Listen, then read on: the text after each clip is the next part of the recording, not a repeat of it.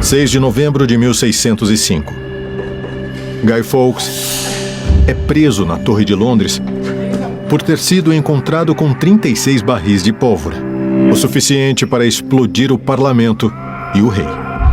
Desesperados pelos nomes de seus co-conspiradores, os interrogadores mostram o cavalete na esperança de que ele fale. O fato de ver a armação não faz diferença para Fawkes. Ele não dirá nada aos guardas. Ele não daria os nomes de seus companheiros de conspiração. E assim, bem rápido, o próprio rei sancionou a tortura. O que Guy sofreu em seguida foi nada menos que brutal.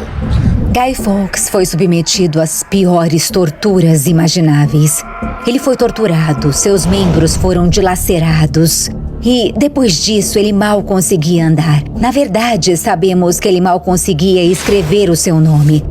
Porque temos 2 confissões assinadas por Guy Fawkes, uma das quais foi feita logo após a tortura.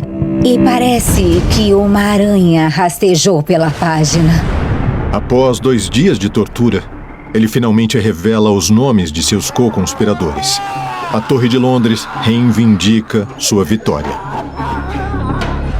Apesar de ceder e evitar a morte dessa vez, a perspectiva de Fawkes ainda é sombria.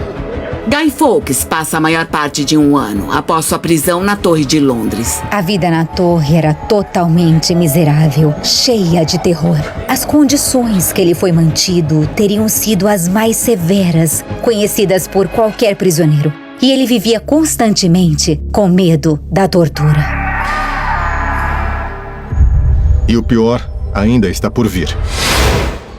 31 de janeiro de 1606. Guy e seus co-conspiradores são condenados à morte mais horrível que se possa imaginar. Primeiro, eles devem ser desenhados. Desenhar significa ser arrastado pelas ruas de Londres em uma espécie de trenó. Depois, são enforcados. Mas antes que você morra, você é cortado. E o carrasco o corta para mostrar as suas próprias entranhas. A tortura não para por aí. Em seguida, o seu corpo é esquartejado, como se estivesse morrendo um pedaço de carne.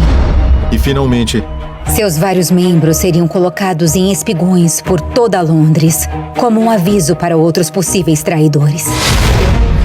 Uma execução tão violenta, mas considerada adequada para um terrorista na época. Guy Fawkes, no momento da sua execução, era um homem destruído. Ele ainda está tão frágil que precisa da ajuda do carrasco para conseguir carregá-lo até o cadafalso. Quando Guy sobe no cadafalso e seu pescoço é colocado na forca, ele escorrega, cai e quebra o pescoço, morrendo instantaneamente. Embora muitas execuções na torre ocorram em plena luz do dia para o público ver, há uma que ainda é um grande mistério e que envolve a vida de 2 crianças inocentes. Abril de 1483. O rei Eduardo IV adoece gravemente de repente. Seu filho mais velho, Eduardo V, tem apenas 12 anos de idade, jovem demais para governar o reino. Assim, o rei, em seu leito de morte, define um plano. Eduardo IV tinha passado o poder para o seu irmão, Ricardo de Gloucester. E ele pediu a Ricardo que governasse em nome de seu filho, até que Eduardo V tivesse idade suficiente para assumir o poder.